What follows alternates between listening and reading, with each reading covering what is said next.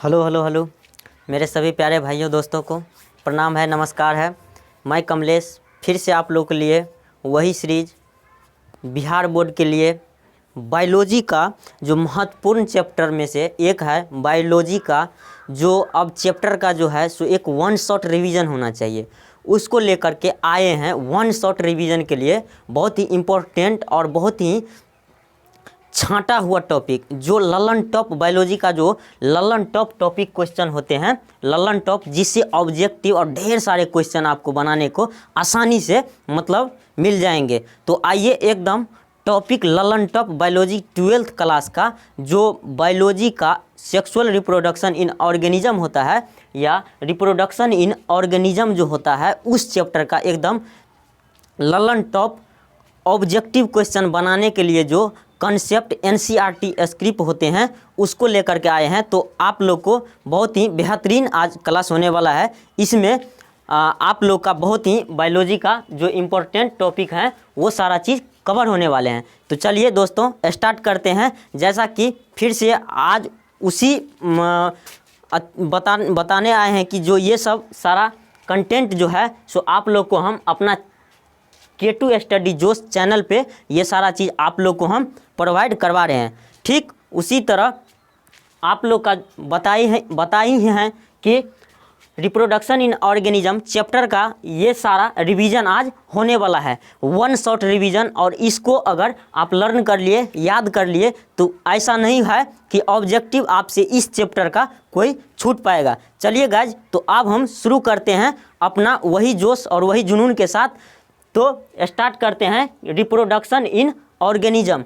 ये बायोलॉजी का एकदम चैप्टर का ललन टॉप टॉपिक है। ललन टॉप मतलब एकदम खुआ निकाल के देने वाले हैं। चलिए, तो इस चैप्टर का आज हम स्क्रिप्ट पे अध्ययन करते हैं। जो एनसीईआरटी स्क्रिप्ट में क्या ऐसे ऐसे चीज़ है जो आप लोग को एक क्विक रिवीजन कर ले इस चैप्टर का, और आसानी से आप लोग का ऑब्जेक्टिव सारा सोल्व कर पाएँ। चलिए दोस्त, तो स्टार्ट करते हैं रिप्रोडक्शन इन ऑर्गेनिज्म। ठीक, इसमें आता है आप लोग को एक मेथड पढ़ने के लिए आता है जो एसेक्सुअल रिप्रोडक्टिव मेथड और एसेक्सुअल और सेक्सुअल। चलिए, तो एसेक्सुअल, पहले एसेक्सुअल रिप्रोडक्शन का बात करते हैं। जो एसेक्सुअल रिप्रोडक्शन क्या होते हैं आप लोग जानते हैं गाइज। जो एसेक्सुअल रिप्रोडक्शन क्या होते हैं, एसेक्सुअल रिप्रोडक्शन आप जानते हैं जिसमें वन पेरेंट इन्वॉल्व होते हैं। ठीक, और सेक्सुअल रिप्रोडक्शन में तो आप जानते ही हैं जो इसमें मेल और फीमेल दो पेरेंट्स का गैमेट इसमें इन्वॉल्व होते हैं।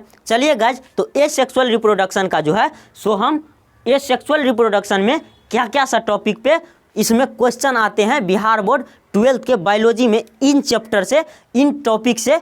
तो आइए हम एसेक्सुअल रिप्रोडक्शन पे बात करते हैं। एसेक्सुअल रिप्रोडक्शन में पहले आता है दोस्त कि इन single cells organism. Single cells organism में क्या सब आते हैं, सिंगल सेल्स ऑर्गेनिज्म में किन किन टॉपिक पे बात किए जाते हैं। चलिए दोस्त, तो इन सिंगल सेल्स ऑर्गेनिज्म, इन सिंगल सेल्स ऑर्गेनिज्म में क्या होता है दोस्त कि एक होता है इसमें बाइनरी फिजन। और बाइनरी फिजन आप लोग जानते होंगे, पहले से डिफिनीशन तो आप लोग जानते ही होंगे। जो बाइनरी फिजन क्या होता है, इसमें पेरेंट सेल को इंडिविजुअली डिवाइड करके एक न्यू डॉटर सेल बनते हैं। चलिए, तो इसमें बाइनरी फिजन का एग्जाम्पल क्या है, तो बाइनरी फिजन का एग्जाम्पल अमीबा होता है। क्या होता है दोस्त, अमीबा होता है, जो आप लोग को 12th बायोलॉजी में देखने को मिलेगा। जो अमीबा क्या है, अमीबा जो है सो एक सिंगल सेल्स ऑर्गेनिज्म है। आप लोग वाकिफ होंगे इस शब्द से। जो सिंगल सेल्स ऑर्गेनिज्म ये बाइनरी फिजन जो है सो अमीबा में होते हैं। उसके बाद गाइज अब बात करते हैं दूसरी टॉपिक पे कि ये मल्टीपल फिजन क्या होते हैं। मल्टीपल फिजन गाइज आप लोग जानते होंगे, जो मल्टीपल फिजन क्या होते हैं। मल्टीपल फिजन में आप गाइज जानते होंगे कि मल्टीपल फिजन का एग्जाम्पल में आते हैं पैरामीशियम। ठीक, क्या आते हैं, पैरामीशियम। तो बाइनरी फिजन हो गया, मल्टीपल फिजन हो गया। मल्टीपल फिजन का एग्जाम्पल में आ गया प्लाज्मोडियम। उसके बाद आप लोग दूसरा सेकेंड टॉपिक पे आते हैं, उसमें आता है इन algae, fungi and lower animal. Algae और फंगी और लोअर एनिमल में कौन कौन से टॉपिक से क्वेश्चन आते हैं, इसको चलिए दोस्त डिस्कशन करते हैं। तो इसमें आता है zoospore conidia birds gemmules of fragmentation. चलिए दोस्त, तो आप लोग आसानी से लर्न कर पाएंगे जूस्पोर का एग्जाम्पल में क्या होते हैं। जूस्पोर का एग्जाम्पल में होता है दोस्त जूस्पोर का एग्जाम्पल में होता है क्लेमाइडोमोनास। आप लोग इस एग्जाम्पल से वाकिफ होंगे जो क्लेमाइडोमोनास जूस्पोर का एग्जाम्पल हैं। उसके बाद गाइज आते हैं जो कोनिडिया का एग्जाम्पल क्या होते हैं। इसको भी आप लोग आसानी से लर्न होगा या नहीं होगा तो आप लोग अच्छी से इसको लर्न कर लें, क्योंकि यहाँ से बहुत इंपॉर्टेंट VVI क्वेश्चन बायोलॉजी से इन चैप्टर से बन के आते हैं। तो आप लोग जानते हैं कि जूस्पोर का एग्जाम्पल में क्या है, क्लेमाइडोमोनास। उसके बाद कोनिडिया आता है। कोनिडिया के एग्जाम्पल क्या होते हैं, तो कोनिडिया के एग्जाम्पल आप लोग बहुत आसानी से जानते होंगे। कोनिडिया के एग्जाम्पल पेनिसिलियम होता है। क्या होता है, पेनिसिलियम होता है। उसके बाद गाइज अब आता है कि बर्ड का एग्जाम्पल में क्या होता है, तो बर्ड का एग्जाम्पल में हाइड्रा आता है। उसके बाद गाइज बर्ड का एग्जाम्पल में क्या बोले, हाइड्रा होता है, ठीक।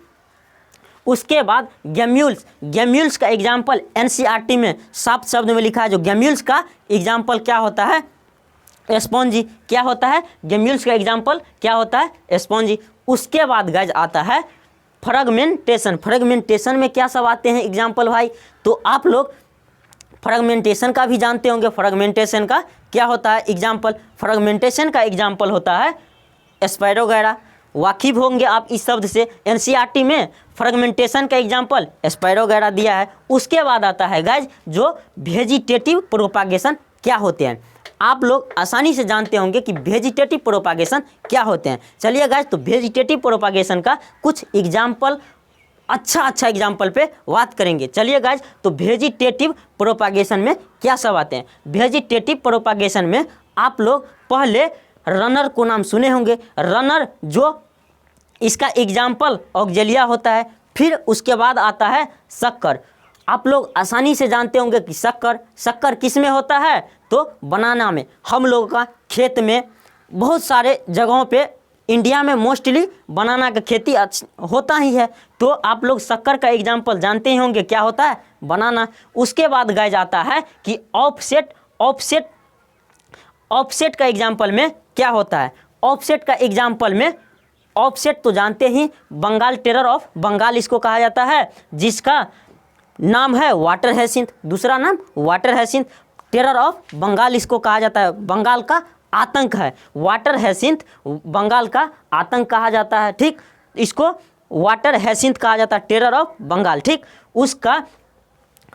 उसके बाद आता है बल्ब का एग्जाम्पल आप लोग जानते होंगे। बल्ब का एग्जाम्पल ओनियन होता है, जो साधारण हम लोग का साग सब्जी में यूज होने वाला ओनियन आप लोग जानते हैं। बल्ब का एग्जाम्पल ओनियन हो गया। उसके बाद गाइस बात करते हैं कि लीफ नोच का एग्जाम्पल क्या होते हैं। आप लोग बड़ी आसानी से इसको याद कर सकते हैं। लीफ नोच का एग्जाम्पल होता है ब्रायोफिल्म, जो NCERT में इसका भी एग्जाम्पल दिए होंगे। आप लोग आसानी से इसको लर्न कर पाए होंगे।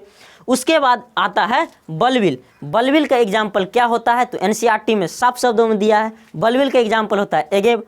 उसके बाद बल्बिल का एग्जाम्पल क्या होता है गाइज, एगेब। उसके बाद आता है, उससे अगला टॉपिक पे बात करें दोस्त, तो उससे अगला टॉपिक पे बात करते हैं, तो उसमें आता है, उसमें अगला टॉपिक पे बात करते हैं जो इन टॉपिक में बहुत अच्छा क्वेश्चन बन के आते हैं। तो चलिए, इस चैप्टर का एक और टॉपिक है स्टेम कटिंग और उसके बाद लेयरिंग। तो उसके बाद पहले लेयरिंग को देखते हैं, जो लेयरिंग का एग्जाम्पल क्या सब है, लेयरिंग किन किन से प्लांट में होते हैं, इसका आज हम खुलासा करते हैं कि लेयरिंग कौन कौन से प्लांट में होते हैं और कौन कौन से प्लांट में इसका फार्मर लोग, किसान लोग इसमें यूज करते हैं, कौन कौन से प्लांट में। चलिए गाइज, तो हम स्टार्ट करते हैं कि लेयरिंग कौन कौन से प्लांट में, कौन कौन से पेड़ पौधे में लगाए जाते हैं। चलिए गाइज, तो इसमें लेयरिंग जो है सो रोज में लगाए जाते हैं, जैस्मीन में लगाए जाते हैं। उसके बाद ग्रेप्स आप लोग जानते होंगे, अंगूर में लगाए जाते हैं। उसके बाद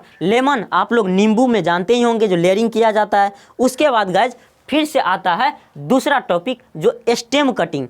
स्टेम को कट करके लगा दिया जाता है, तो पर भी एक नया प्लांट विकसित हो जाता है, तो उसी को स्टेम कटिंग कहा जाता है। तो उसमें जो गाइज इसका एग्जाम्पल आप लोग बड़ी आसानी से जानते होंगे स्टेम कटिंग किस में होता है। तो चलिए गाइज, तो स्टेम कटिंग आप लोग जानते होंगे जो किस में है, रोज और शुगर केन, गुलाब के पौधा में, और शुगर केन आप लोग जानते हैं, शुगर केन आप लोग जानते हैं शुगर केन कौन कौन से प्लांट में होते हैं। तो शुगर केन आप लोग शुगर केन जानते हैं। उसके बाद एक टॉपिक आता है गाइज जो प्री फर्टिलाइजेशन।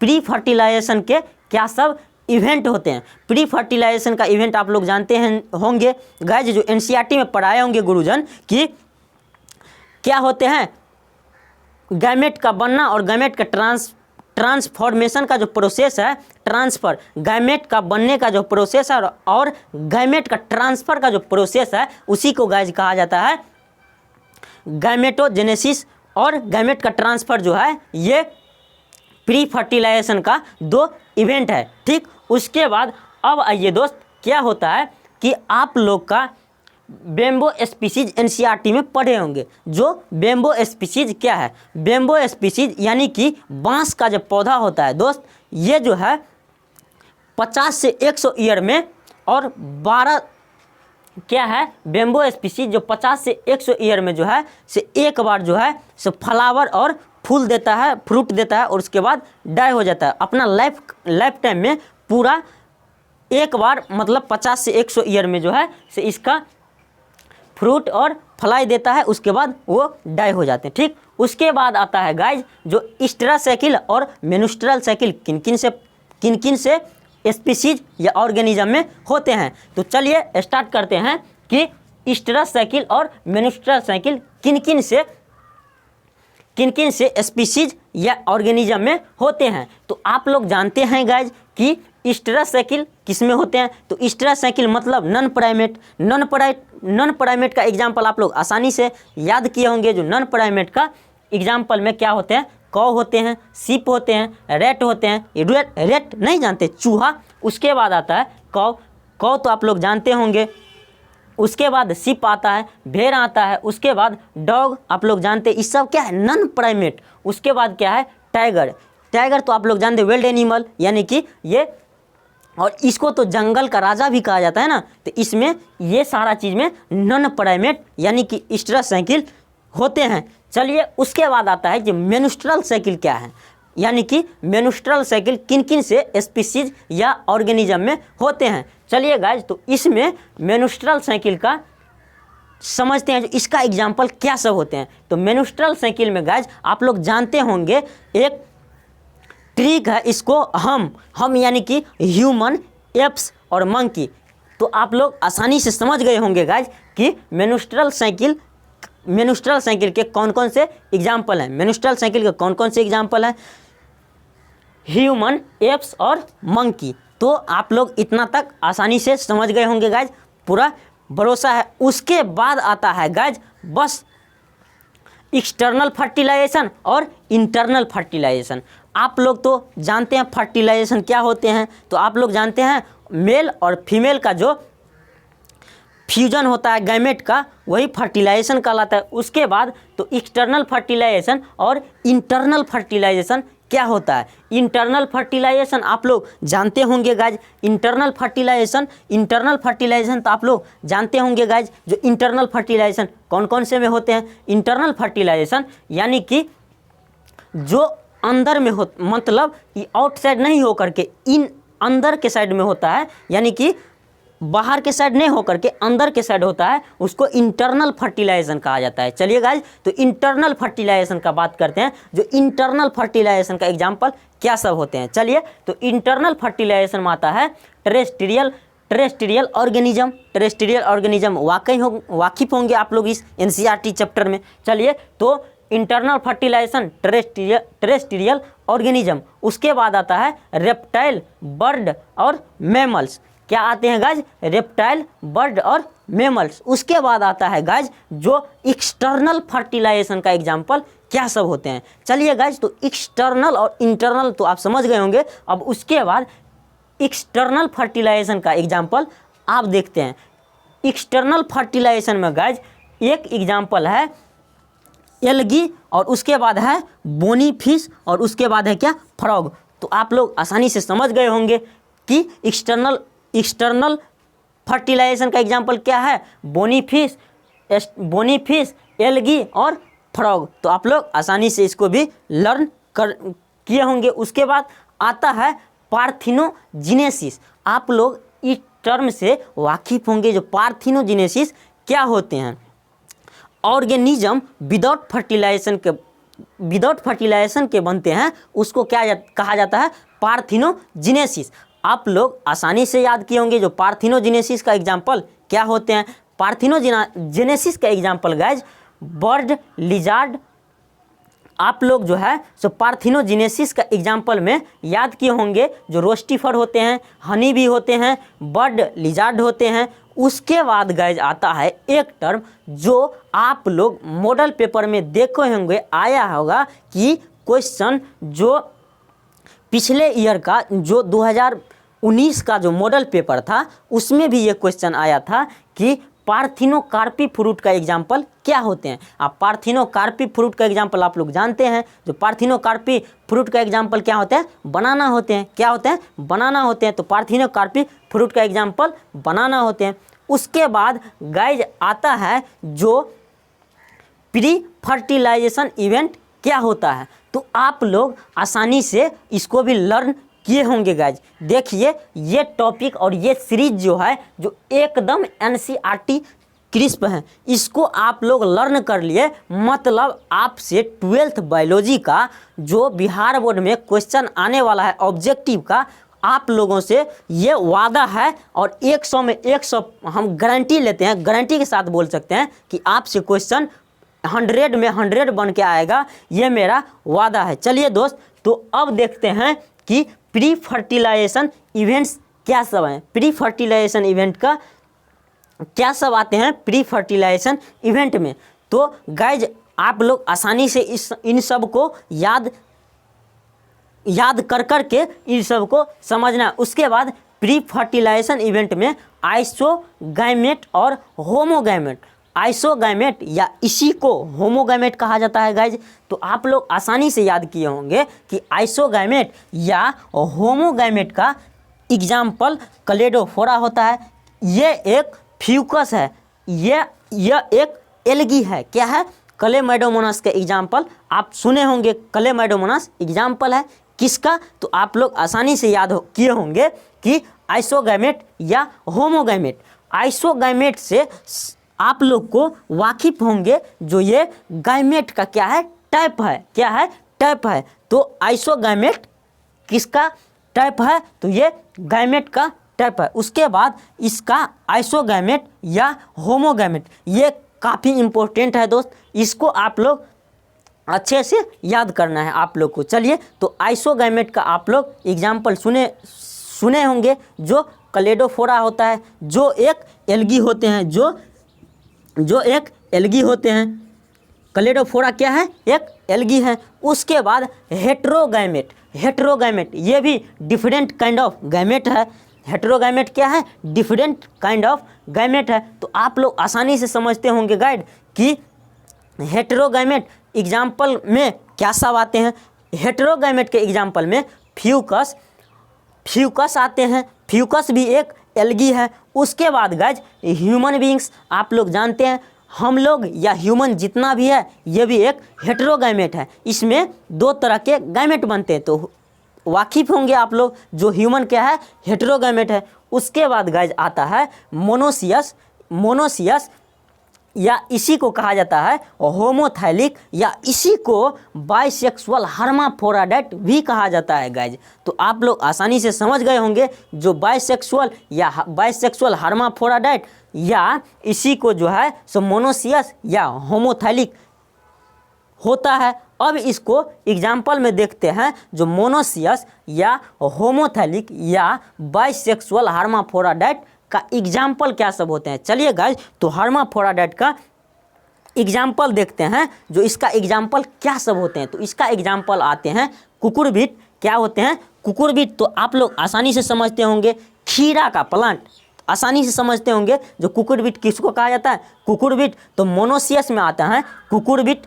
उसके बाद आता है कोकोनट, कोकोनट तो आप आसानी से समझते होंगे, कोकोनट या नारियल का प्लांट, ठीक। उसके बाद नारियल आते हैं। उसके बाद अर्थवर्म, आप लोग अर्थवर्म का नाम सुने ही होंगे। उसके बाद गाइज आते हैं जो डायोसियस, डायोसियस या हेटेरोथाइलिक, डायोसियस या हेटेरोथाइलिक, आप लोग आसानी से समझते होंगे कि डायोसियस या हेटेरोथाइलिक, डायोसियस या हेटेरोथाइलिक, इसी को यूनिसेक्सुअल ऑर्गेनिज्म या